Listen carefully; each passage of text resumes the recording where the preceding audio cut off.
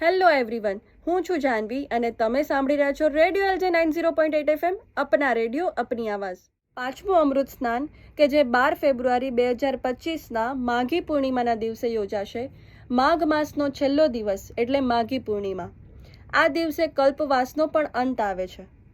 કલ્પવાસ એટલે કુંભ મેળામાં સંગમના કિનારે ચોક્કસ દિવસો માટે ચોક્કસ નિયમોનું પાલન કરી ઉપવાસ કરવાનું અને તે સંગમના કિનારે તપસ્યા કરી અને વેદોનો અભ્યાસ કરવો. આ એટલે કલ્પવાસ.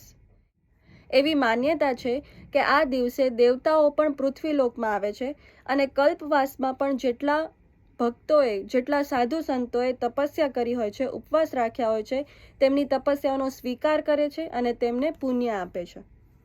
છઠ્ઠું શાહી સ્નાન કે જે મહાકુંભના અંતના દિવસોમાં કરવામાં આવે છે એટલે કે અંતિમ અમૃત સ્નાન. મહાકુંભના છેલ્લા દિવસે 26 ફેબ્રુઆરી 2025ના દિવસે મહાશિવરાત્રિના પાવન દિવસે છઠ્ઠું અમૃત સ્નાન યોજાશે. હિન્દુ શાસ્ત્રો અને પુરાણો અનુસાર આ દિવસે ભગવાન શિવ અને પાર્વતીના વિવાહ પૂર્ણ થયા હતા.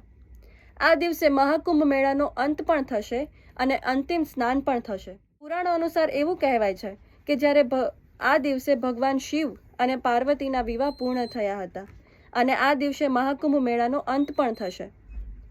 અંતિમ સ્નાન પણ ત્યારે જ થશે અને એવું પણ માનવામાં આવે છે કે આ દિવસે નદીમાં સ્નાન કરી શિવલિંગની પૂજા અર્ચના કરવાથી અનેક પુણ્યો પ્રાપ્ત થાય છે. આ હતું મહાકુંભમાં સ્નાનનું મહત્વ. નેક્સ્ટ એપિસોડમાં વાત કરીશ મહાકુંભમાં કેવી રીતે જવું, ત્યાંની ફેસિલિટીઝ વિશે અને મહાકુંભનું બજેટ કેટલું છે. ત્યાં સુધી સાંભળતા રહો રેડિયો LJ 90.8 FM અપના રેડિયો અપની આવાજ.